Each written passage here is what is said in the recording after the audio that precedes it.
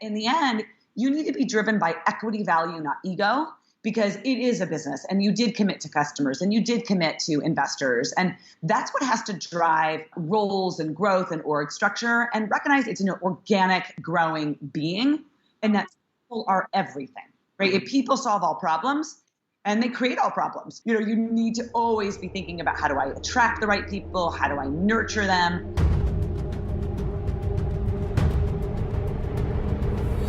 And so here we had this dilemma, this fact. I spent almost a decade researching this subject. Every aspect of your metabolic health improves. From the Hint offices in San Francisco, I'm Kara Goldin, founder and CEO of Hint. You may have tried Hint water before, but this is my podcast. Each week, we talk to some of the most creative entrepreneurs, from world-touring pop stars like Jay Sean to the people behind favorite Instagram accounts, including So Yummy, New York City, and even YouTubers like Sarah Dietschy. So the million-dollar question, what does it really take to be unstoppable?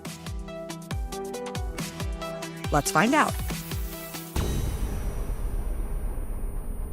Our guest on the show today is Jessica Herrin, founder of Stella and Dot. Today, we dive into how Jessica came up with the brilliant idea for Stella and Dot, her advice to entrepreneurs on how to raise funding, how to attract and nurture the right people to hire, and help you grow your business, plus the best advice Jessica's ever been given and how it's changed her life. This is key. You're going to love this episode. Now sit back and enjoy the show.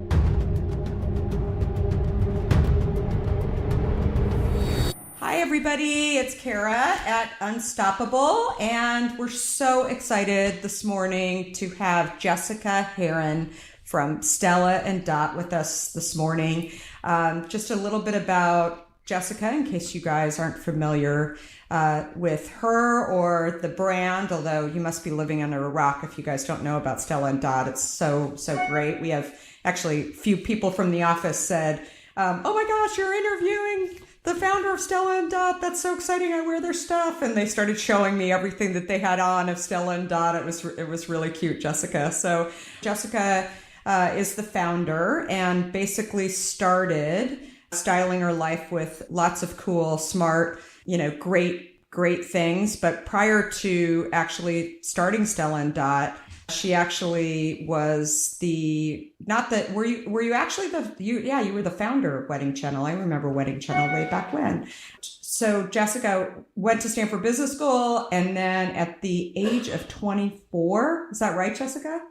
That's right. I co-founded a business that then merged with Wedding Channel. That's always the story of a startup, right? You never sum it up in one sentence because it's always complex and a windy road. But yes, I was 24 when we dropped out of business school to start it. Oh my gosh, that's wild. And then since then, went on to do Stella and Dot. She probably can add a few more things in there as well. And then, just has been covered by the Wall Street Journal, the New York Times, Oprah, Forbes, all giving her lots of great honors. Also Ernst Young Inc. 500 as a top entrepreneur.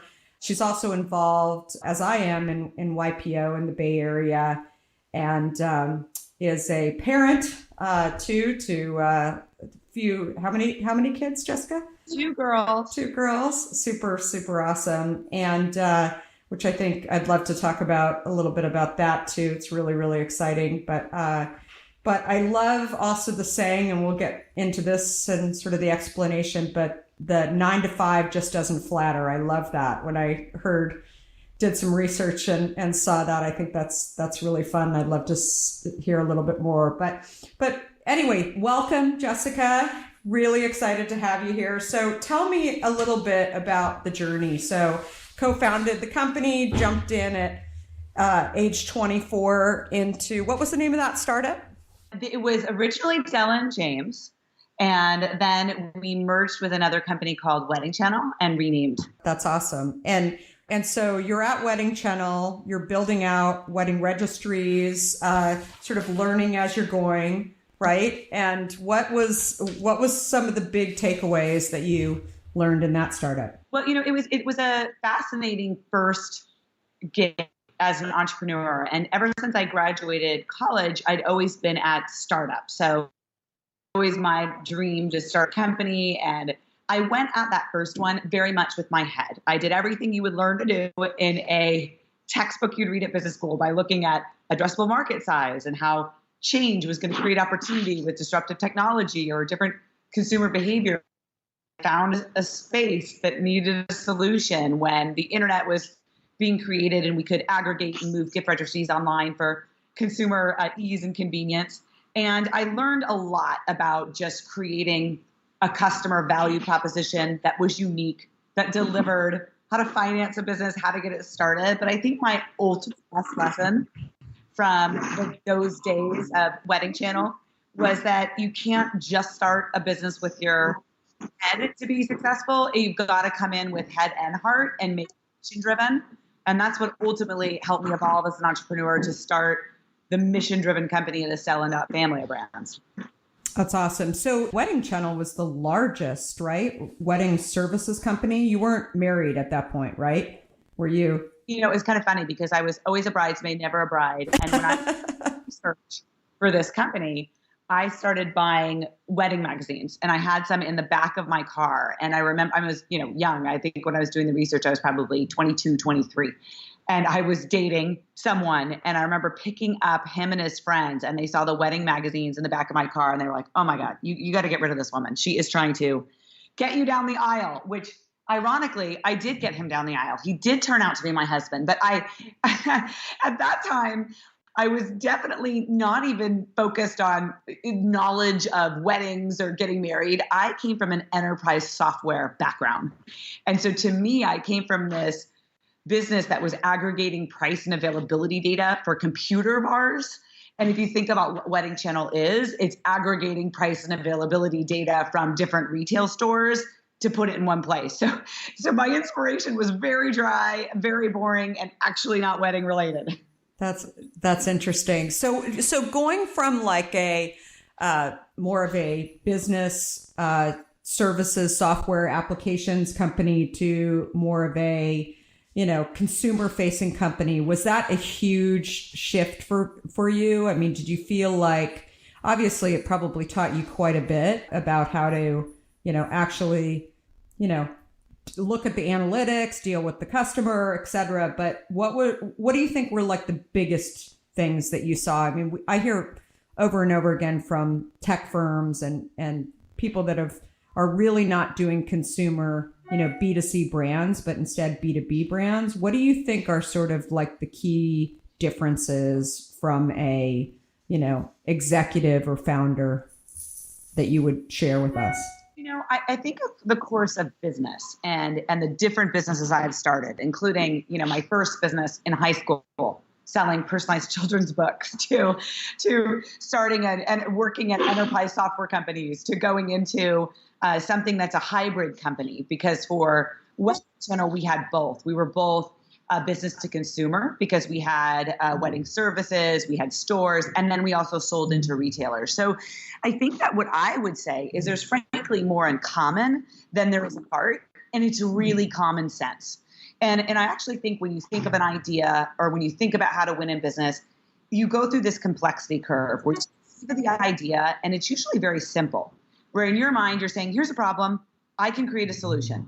Then you got to get kind of complex by saying, well, how do I do it? What does it cost? Can I be profitable? What people do I need? What's my point of difference? And then you really start getting mired in the details of how you do it. But at the end of the day, business is pretty simple. You have to serve and delight your customers, and it's not any more complicated than that. And that's true in both B2C and B2B. So for the differences, I would say is, across businesses, often when are you trying to create a business where you're going to win because you're going one to many? Your customer is, in order to win, you've got, a set of 10 giants that you've got to lock and load into that deal and what's going to make them move. Versus, are you a real volume transaction business where you've got to go win by getting thousands and thousands and thousands, hundreds of thousands or millions of customer transactions? And with Channel, it was really interesting because it was a bit of a combination. You really were dependent on locking up retailers to create value there. And there were some giants in that industry, and that really shapes how you market, what you focus on, how you structure the company. Where in my subsequent businesses, you're really focused on a broader appeal in your solution. Yeah, definitely. I 100% agree with you. So you ended up selling Wedding Channel or you were part of the team that sold Wedding Channel and then started Stella and Dot. What was kind of the thinking behind that? I mean, how much time did you take off in between? How did you really get passionate about the idea and think, oh gosh, I can go make a company out of this? Well, it was a long and windy road, which is why I always want to share with aspiring entrepreneurs or people who are asking themselves, how do I get that, not just a lightning bolt moment, but a lightning bolt moment where I feel like this energy that this is the business I'm supposed to be doing and I'm soulfully connected to this and I've got to go dedicate all my life, even though it's crazy, to making this thing real. It is not usually a moment, it's a journey. And one that is riddled with doubt and confusion and, zigs and zags. For me, I had the idea for Stella and Dot, or what would become Stella and Dot, or really the underlying mission of modernizing flexible income for women and recreating a gig economy for women when I was at Wedding Channel.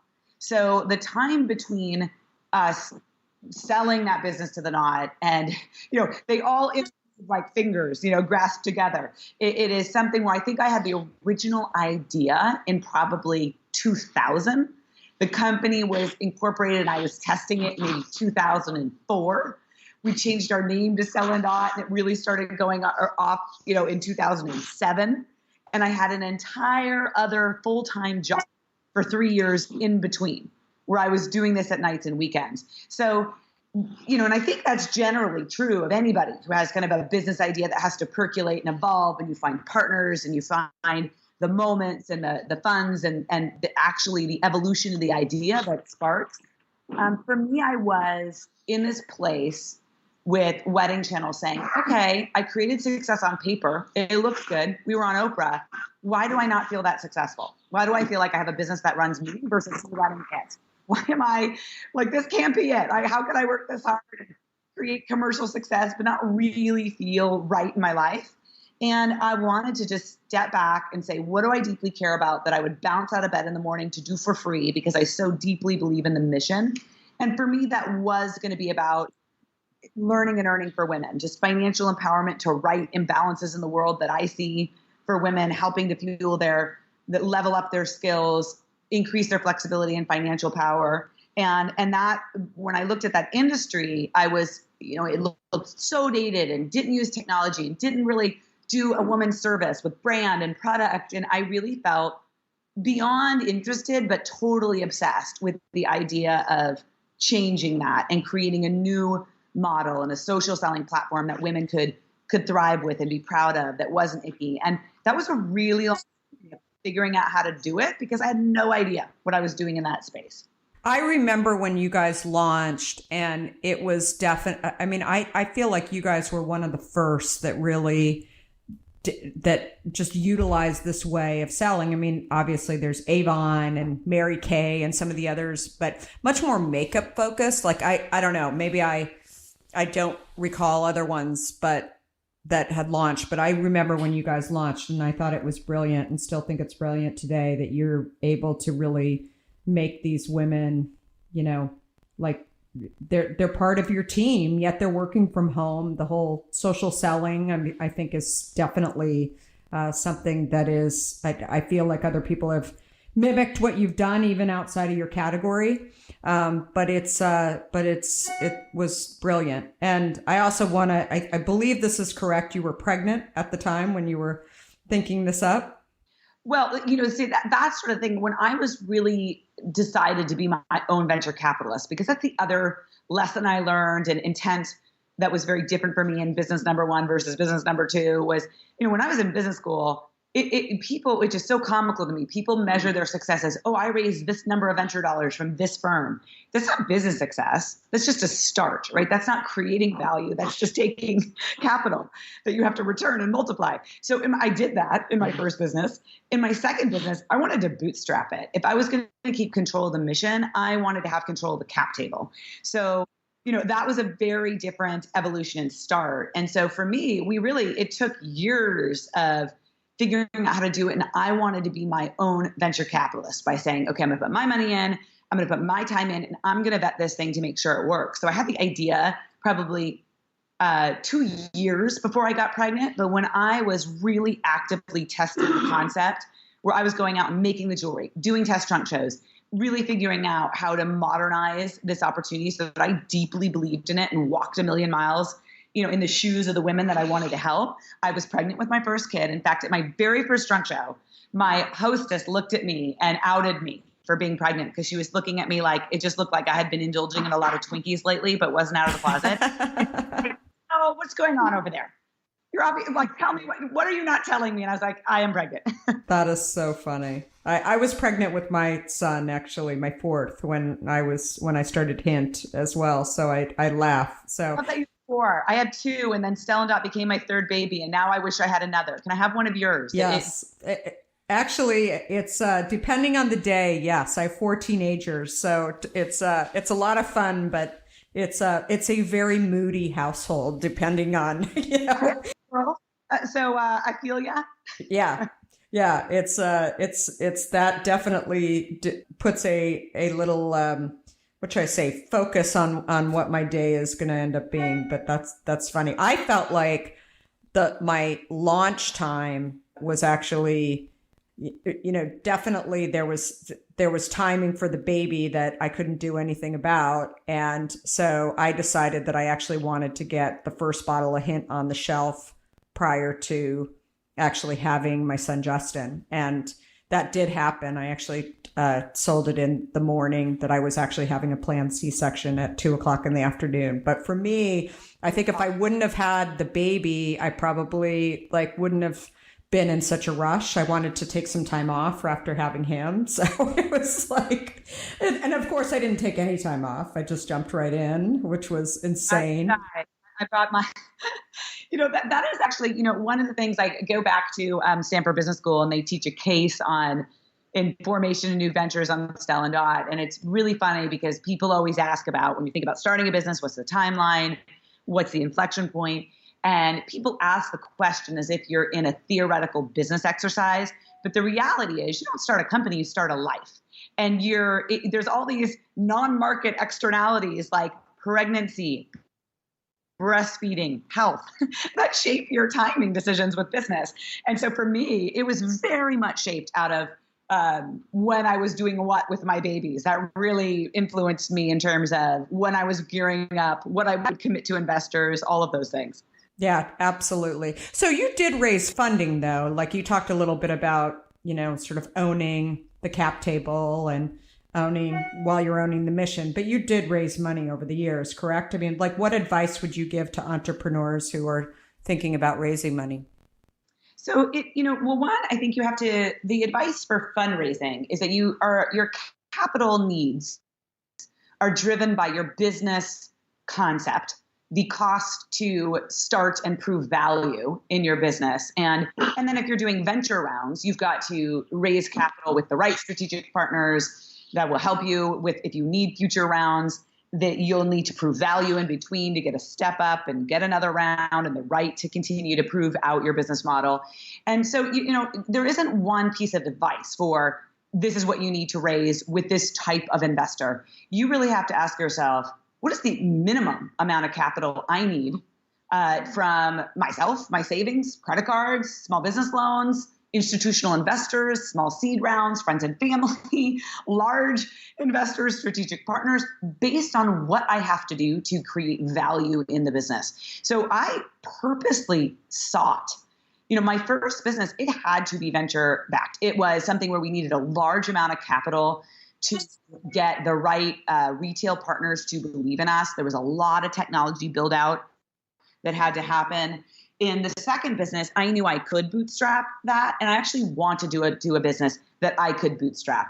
So there was intent there on both sides, and they were very, very different paths. So I would say do not seek glory in the idea that raising capital is some sort of metrics of success or validity for proof of concept. Your goal should be to raise the least amount of capital and have the least amount of dilution and the least amount of differing drivers around the table for the success of your business. So that is my thought. I mean, a lot of people see that as a first milestone of success, and you have to think, well, what's your end game? You better know what you want as a liquidity strategy and a control strategy before you go raise capital. Yeah, absolutely. I mean, some of the best advice that I got early on is, especially, as you're building out who's going to fund your company, but also who's going to, potentially be on your board too. It's like, I think that you just have to get everything out on the table, as hard as it might be. And, shiny objects aren't actually, they don't last shiny forever, right? You go, just because you have somebody super interested in putting money into your business, the devil's always in the details as to whether or not it actually is going to work for you or not. So, I mean, the number of people that I've talked to who have, a year later sort of seen they've gotten kicked out of the company as a founder, or they've, ended up really not understanding exactly what they ultimately signed. So I think having a good attorney too, that really can look through and clearly explain, just so that you can make those decisions. Where do you want this business to go? So I think that that's such a key thing. Mm-hmm. That's right. Yeah, absolutely. So best advice you've ever received in business, I should say, in life and business. Well, that is I bring it back to my greatest mentor in life, which is my dad, who's this incredible human. I'm so lucky that he was my parent, and he was a single dad that raised me. He came from this incredible background where his mother was a widow, and since he was 3, she had a 4th grade education. They were very, very humble means, very poor. And he grew up not thinking he'd go to, that he'd ever be able to go to college. And he ultimately graduated with a master's degree in engineering, and just is a real self-made, hustler of a man. And I think his mindset has always been, if you want to learn something, crack a book. Don't think you need a pedigree or that somebody else is going to come educate you. But if you want something, the library is open and it's free. Now we have access to the internet. Go figure it out, and never expect somebody else to show it for you if you are not showing up for yourself. So for me, that really helped me as an entrepreneur, because I never thought that I was unqualified to go start a technology business or a fashion business or a skincare business or, one of these other things. I just had to be willing to learn, even if I was not the expert. You do not have expertise when you start. You get expertise over time, with failure, with iteration, with tenacity. Right. And I think tenacity is the key thing. It's especially if you want to be an entrepreneur, I think just learning all aspects of the business, always have this, need and desire to be learning, I think is such a key component that I see especially in founders as they've grown the company. Do you feel like, I know I certainly do, but different stages of the company really need different types of people inside of the company, and has different challenges. Where do you guys see yourself today in terms of, having those sort of challenges? Well, we had our holiday party last night, and I just, when I gave the company toast, I was sitting there in this glorious moment of just looking around, amazing souls of people dedicated to our mission with the best talent and leadership we've ever had in place, and culture. And I think that really for us was transitioning. We're in that midst of that transition now, from being really this founder-led early startup culture to really a professionally run organization. Not that we weren't professional in the beginning, because let me be very, very clear.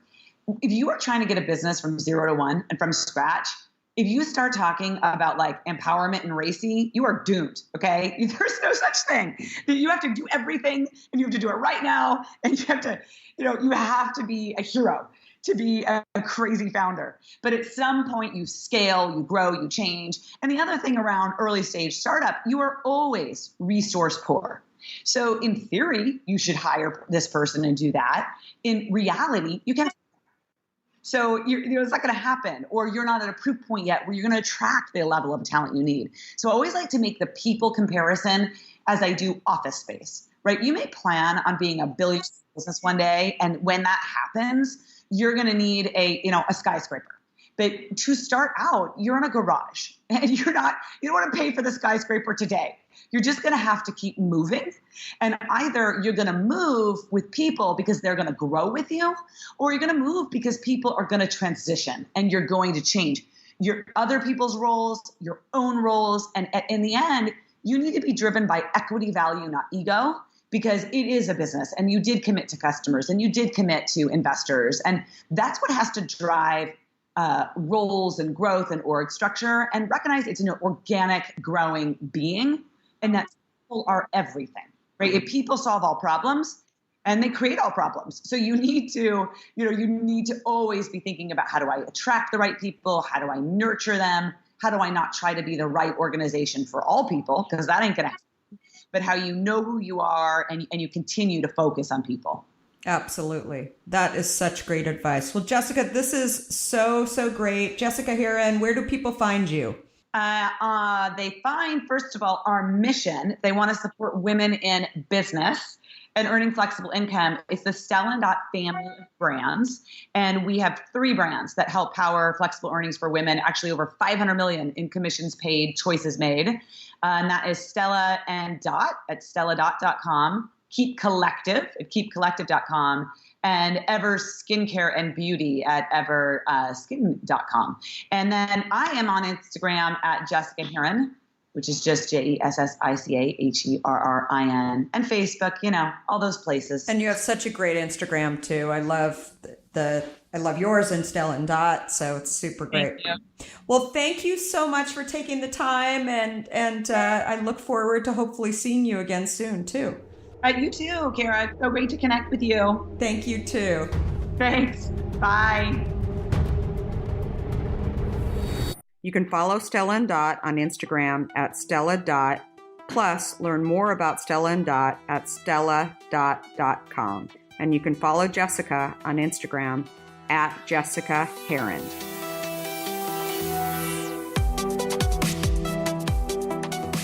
If you like what you heard, please help spread the word and leave us a review.